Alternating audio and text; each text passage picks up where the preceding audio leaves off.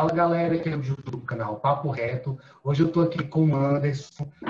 Conversar um pouquinho aí, ele vai dar umas dicas como se tornar digital influencer. Ele é humorista, ele tem bastante engajamento no Instagram dele, um conteúdo legal. Eu achei interessante esse nosso bate-papo, beleza? Bom, Anderson, boa tarde. Boa tarde. Obrigado Então, pelo convite. eu que te agradeço por você abrir a porta da sua casa para receber a gente virtual, mas está cedendo um pouco do seu tempo para nós do canal, né? É interessante, é legal, eu te agradeço. Então, Anderson, eu queria que você falasse um pouquinho de você, de onde você é. Então, eu sou de São Paulo, Zona Leste de São Paulo, na verdade, entrei em Paulista. Sou professor de História e Filosofia, de Humanas, e minha história com a internet começou bem por acaso. E a história com influência digital começou bem por acaso. Eu sempre via as pessoas digitais influencers e pensava, poxa, parece uma coisa tão legal, tão bacana, mas parece uma coisa tão fora da realidade, parece uma coisa tão distante do real, parece uma coisa tão abstrata. E eu pensei, como que eu faria se eu fosse um digital influencer? Então, eu queria ser do jeito que eu sou na vida real, né? Ninguém é, assim, por exemplo, 100% engraçado o tempo todo.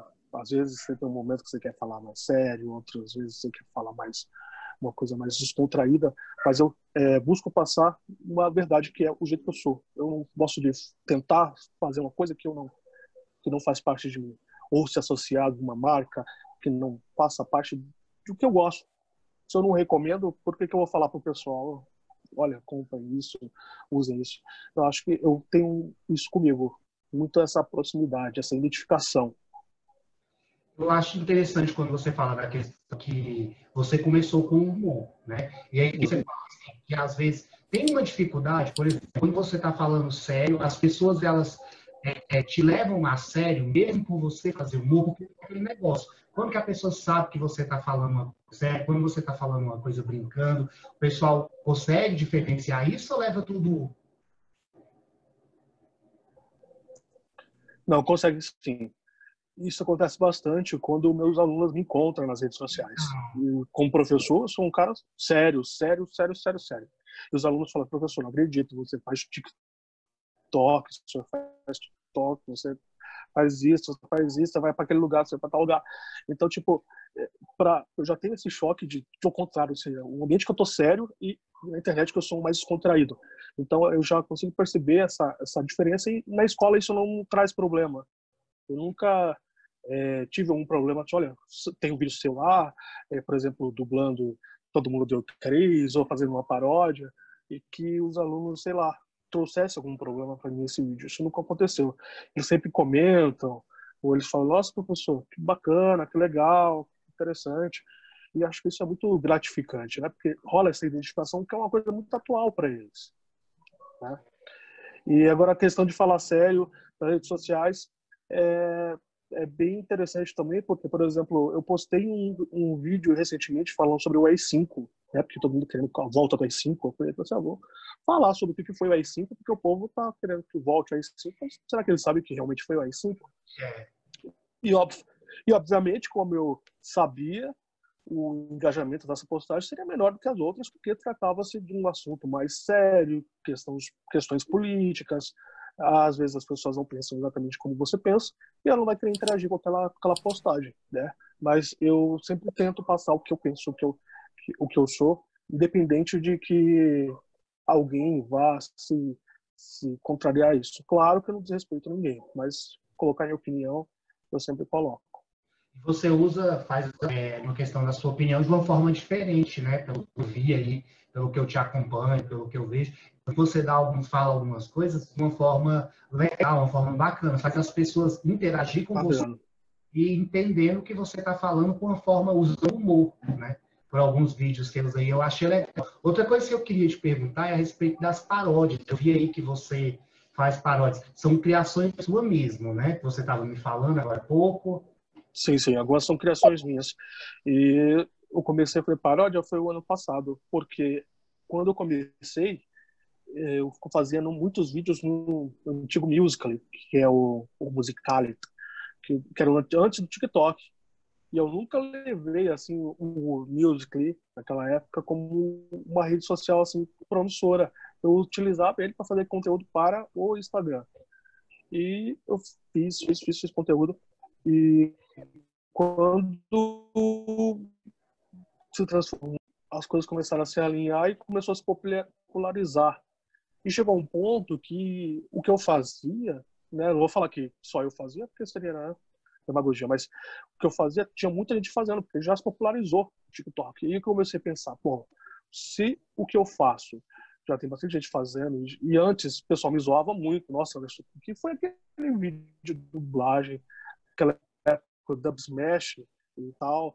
E naquela época eu comecei a fazer vídeos do gênero, né? E eu começava a postar, o pessoal falando, Anderson, que vídeo vergonha ali é aquele que você postou lá? Que vídeo é aquele? Eu falei assim, é o vídeo que eu gosto. E o pessoal começava a gostar, o pessoal falou, nossa, eu acho bacana os seus vídeos, acho legal, tal. E algumas Instagram, assim, de fofocas e coisas, postavam uns vídeos, eu achava super interessante. Mas chegou um momento que eu falei assim, eu tenho que mudar. Porque o que eu tô fazendo agora, tem muita gente fazendo, virou comum. Aí foi que eu comecei a investir em paródias, ou fui começar a investir em challengers, comecei a investir em coisas mais elaboradas em qualidade, né? E você sabe que essa questão de paródia aí, o pessoal investe e tem um sucesso assim estrondoso, né? É bem, o mercado É é verdade. bem, ajuda bastante. Então a paródia e o lado de humor, né? O lado de comédia, Uhum. as pessoas gostam muito. Então, quanto mais pessoas, porque faz a pessoa rir. Às vezes a pessoa está num momento tão difícil, aí vê um vídeo seu, Uhum. ou um vídeo que quer que seja, e acaba que ela tira um sorriso. Então, isso ajuda, isso eu Não, admiro muito as pessoas que não, conseguem realmente. trabalhar com isso. É juntar o humor com o trabalho. É bem interessante, né? E Não. quando você descobriu tudo isso, você falou assim, você está me falando em um certo momento e tal, mas quando foi que você resolveu mesmo e falou assim, não, agora eu vou começar? Porque você já fazia, você me falou da aula, então tinha um certo momento que você usava isso nas suas aulas, né? Então, eu, não, na escola eu sou extremamente sério, eu sou um professor sério, sério, sério. Por isso que os alunos se chocam quando me veem assim, professor, como assim? Né? Fazendo dancinha do TikTok, fazendo isso, fazendo aquilo. E sou extremamente sério na escola. Até com meus colegas de trabalho e tal. E começou exatamente por acaso, por acaso. Eu estava fazendo as postagens que eu sempre faço e de repente eu vi que eu estava começando a fazer, eu tenho um engajamento alto, tenho uma resposta muito grande das pessoas, né? E eu comecei a fazer mais vídeos do gênero, fazendo postagens, ou colocando fotos e colocando uma legenda irônica, e as pessoas gostavam, comentavam. Então, tipo, foi questão de tempo para que as coisas se alinharem e uma empresa chegar para mim e falar assim, olha, eu tenho um produto tal, quanto você cobra por post para eu postar aí? Aí eu fiquei assim, tipo, hã? Como assim? Cobrar por post? Para postar lá? Quanto você quer? Como funciona aí com você para postar? Falei, gente, olha só, dá para ganhar dinheiro com isso, dá para trabalhar com isso. Tipo, era uma coisa para mim tão distante da realidade. Eu admirava muita gente, mas era uma coisa tão distante da minha realidade, que a gente pensa que é uma coisa muito abstrata, e eu falei, caraca, né, que é verdade. Isso de fato, dá para se trabalhar com isso, dá para se, né? Vou falar hoje que eu vivo disso, porque é uma coisa muito, né, estável, né? O mês tem muitas campanhas, o mês não tem nada, e assim vai. Mas foi chocante, assim, que foi no começo não tive ajuda de ninguém, eu comecei sozinho. Então, para eu saber lidar com toda essa questão comercial, que também não é nada fácil, né, que é uma questão, a gente acha que é tudo glamourizado, não é glamourizado, infelizmente. Tem muitas marcas que chegam para você e acham que você, só porque você é pequeno ou você está crescendo, quer que você faça, sei lá, uma cambalhota, quer que você faça tudo, né? E também não é assim que funciona. A gente tem que saber valorizar o nosso trabalho, saber colocar um preço ideal para as nossas atividades, porque de fato é uma coisa que gera dinheiro para eles, né? E pode gerar para a gente também.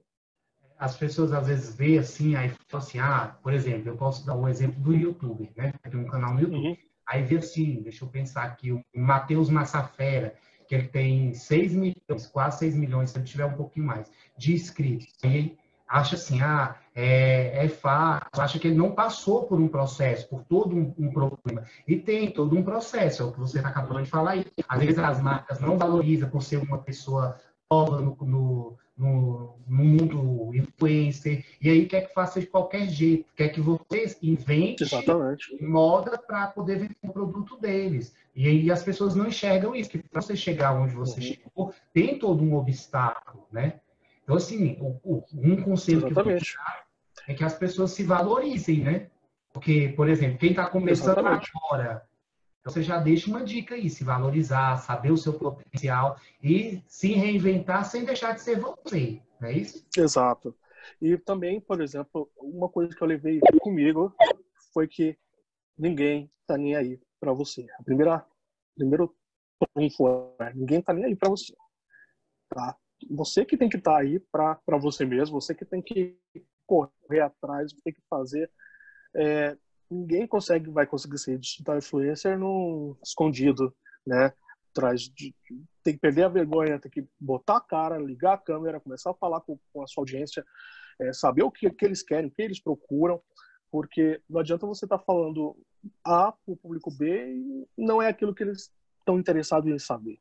Então é muito bom você saber qual é o interesse do seu público, você conhecer o seu público, saber qual é a necessidade deles, colocar, por exemplo, uma caixinha de perguntas, saber o que vocês gostariam de ver por aqui, ou, por exemplo, para você saber qual é a imagem que o seu público tem de você, colocar uma caixinha lá, qual é a primeira coisa que você pensa quando você lembra de mim. Então isso faz com que você tenha uma noção de qual é a imagem que o seu público tem de você. E, por exemplo, um erro que eu tive lá no começo foi me associar com parecia produto, eu vou e queria fazer tudo. Que é aquele momento de deslumbre, né? Que você fala, não, vou te mandar, pode mandar. Mandar, vou fazer story, e, tipo, chegou um momento que eu tava me associando a coisas que não tinha nada a ver comigo. Aí eu parei para pensar e falei, o que que eu tô fazendo? O que que eu tô fazendo? O que tem a ver comigo, por exemplo, uma marca de papel higiênico? Tem muito a ver, né? Todo mundo usa papel higiênico, mas, tipo, de imagem, né? De imagem. O que tem a ver sei lá, creme depilatório, um creme hidratante e tal, que esse não é, assim, o foco principal do meu perfil. Aí eu fiquei pensando, o que eu estou fazendo com imagem? E aí eu conheci, através de outros conhecidos de eventos que eu participei, uma pessoa que me ajudou bastante, que ela fazia assessoria para mim, e começou a filtrar exatamente quais são as campanhas que de fato eu ia fazer, né? Aí eu tive essa ajuda aí desse anjo e ela conseguia filtrar, me colocar em lugares estratégicos para ter de fato uma visibilidade e associação com pessoas para que eu conseguisse construir a minha autoridade, né? Porque a nossa imagem como influenciador ela tem muito a ver com a autoridade. Né? Para você construir a sua autoridade, você tem que estar associado a pessoas do mesmo nicho, talvez, mas com uma autoridade que você queira conquistar. Né? Então, ela me ajudou bastante nisso. Ficamos um tempo juntos nessa assessoria, mas ela não faz parte mais atualmente. E o que eu tenho para falar é isso, que as pessoas que querem seguir a carreira como influenciador digital, ela se jogar, falar assim, eu vou mostrar minha cara, eu vou fazer, e não ter medo, não ter vergonha. Não é fácil estar aqui na frente da câmera falando, isso eu sei muito bem. Eu aprendi as duras penas. No começo fiz muita coisa errada, mas quem nunca erra, a gente às vezes tem que errar para acertar lá na frente. E você falando isso faz todo sentido. Aí eu tô olhando assim, gente, um pouquinho pro lado, mas é porque eu tô gravando pelo celular e tô no computador com o Zoom. Eu tô olhando para você, aí parece que eu tô olhando pro lado, né? Eu tô olhando para você. Não, eu também, eu tô olhando para você, mas às vezes olhando aqui, não, vou olhando aqui, porque as coisas que eu tô olhando para lá. É que a gente está usando o computador e a câmera do celular, parecendo que não está se olhando. Então, assim, você falando isso faz todo sentido. Eu falo porque é igual eu criei o meu canal, e antes disso eu falo e penso. Qual o conteúdo que eu domino. Eu não consigo pegar aqui, por exemplo, eu vou dar um exemplo, esse carregador, e eu pegar e falar desse carregador. Então, assim, eu já sei que não é o meu forte, então eu vou deixar. Então, o que que eu vou fazer? Eu gosto de conversar com outras pessoas. Eu quero saber da história das outras pessoas. Então, eu vou fazer um papo reto. Tipo assim, só dando um exemplo que você está falando de identidade, faz todo sentido. E aí, o que que acontece? Então, o que que eu domino? Primeiro de tudo, então, eu acho que a pessoa, para iniciar, ela tem que saber o que que ela domina. Ela é boa divulgando uma marca? Qual marca? Qual produto ela se sai? É uma maquiagem? É uma coisa? Então, eu acho que é isso que você está falando. Então, a pessoa tem que não sair fazendo de tudo. Por exemplo, a pessoa não sabe de humor e vai fazer humor. Não vai ficar legal. Você tem que saber qual o seu perfil. Não é isso que você está falando? Exatamente. Ver o que você quer falar. Eu quero fazer sobre maquiagem. Ótimo. Daí dá para você falar sobre maquiagem, sobre produtos para pele, né, cuidados para pele, etc., procedimentos e tantas outras coisas. Quer falar sobre humor? Ótimo. Você consegue falar sobre humor. Você não consegue, por exemplo, falar de uma coisa que não faz parte de você, que as pessoas percebem que não tem nada a ver com você. As pessoas na hora vão olhar. Exatamente. As pessoas vão olhar para você e falar assim: ué, Anderson, mas peraí. Você está fazendo isso, mas você não usa esse produto. Você não gosta disso.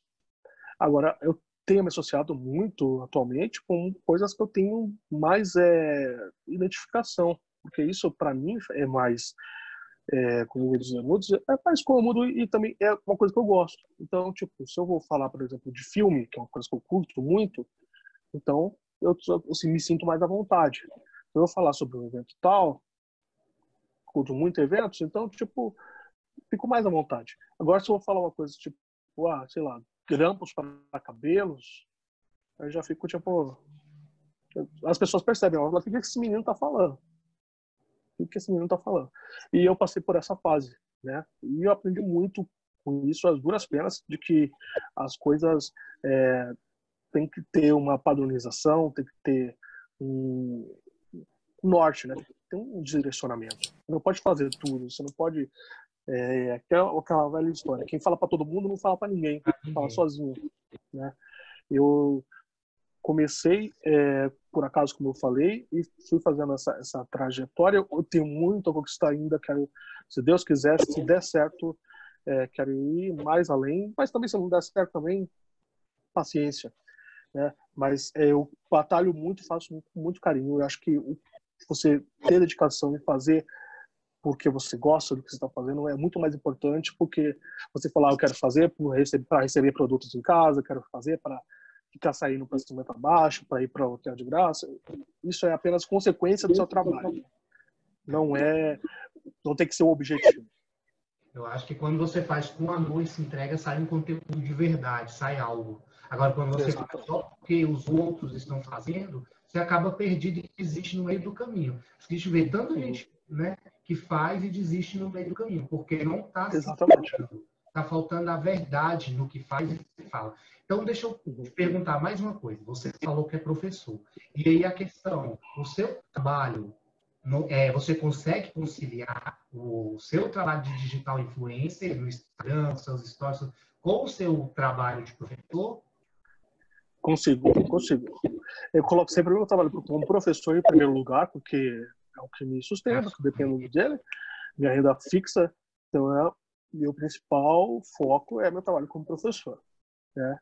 Tanto que já recusei vários trabalhos e eventos que eu tinha, por exemplo, no mesmo horário de trabalho, que eu falei, não vou deixar de trabalhar para ir para o evento na internet. Eu tenho direito a folgas, como todo profissional tem, mas eu não tirava minhas folgas para isso. Eu tirava minha folga porque eu queria descansar. Eu estava de folga e falava, quero fazer nada. Folga é para fazer nada, eu não quero fazer nada. Então, o objetivo da folga era esse. Mas eu nunca deixei de trabalhar para ir no evento, tanto é que meus alunos viam, né? Então, quando eu chegasse na escola, os alunos do professor, não faltou ontem, porque você estava lá no evento tal, no festival tal. Então, tipo, ia pegar mal para mim. Mas eu trabalho como professor como meu objetivo e tenho conseguido até então conciliar esses dois trabalhos, graças a Deus. Quanto tempo tem que você está nesse campo de digital influencer? Porque às vezes as pessoas ficam com pressa, acham que o resultado vai vir imediato, e não é assim, tem todo um processo, né? Exatamente.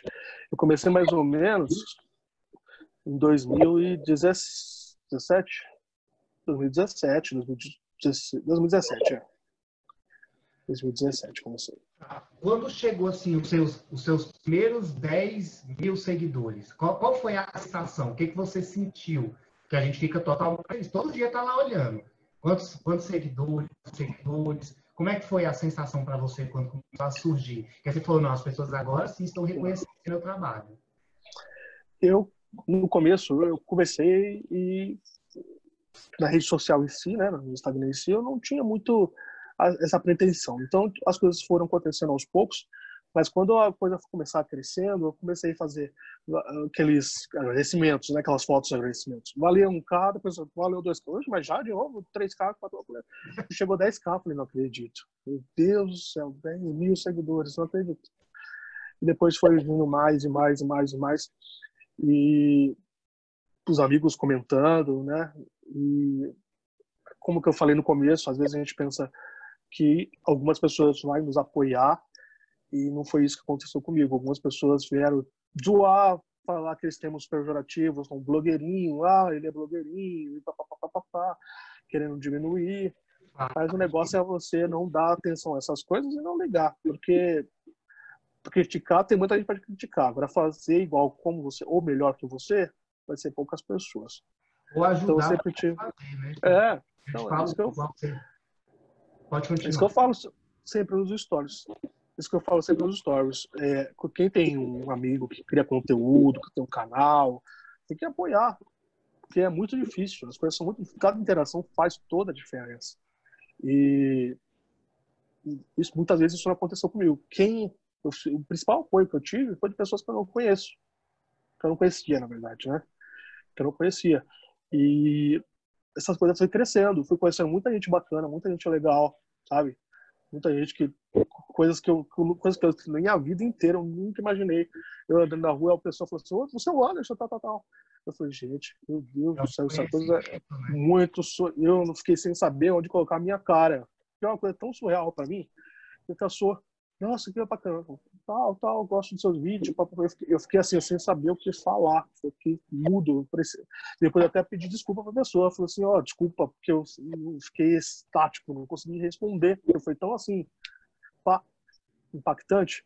Mas essa retribuição é uma coisa muito gratificante, porque dá uma sensação boa de que você está fazendo um bom trabalho, sabe? E isso compensa o outro lado, sabe? Que algumas marcas ou algumas pessoas próximas às vezes criticam. Então, não ligar para essas críticas desconstrutivas é o melhor que a pessoa faz, que quer começar agora, né? Ela tem que estar focado e escutar o que lhe motiva. O que te deixa para baixo, descarta. Você responde a pergunta. Qual foi a pergunta que você fez?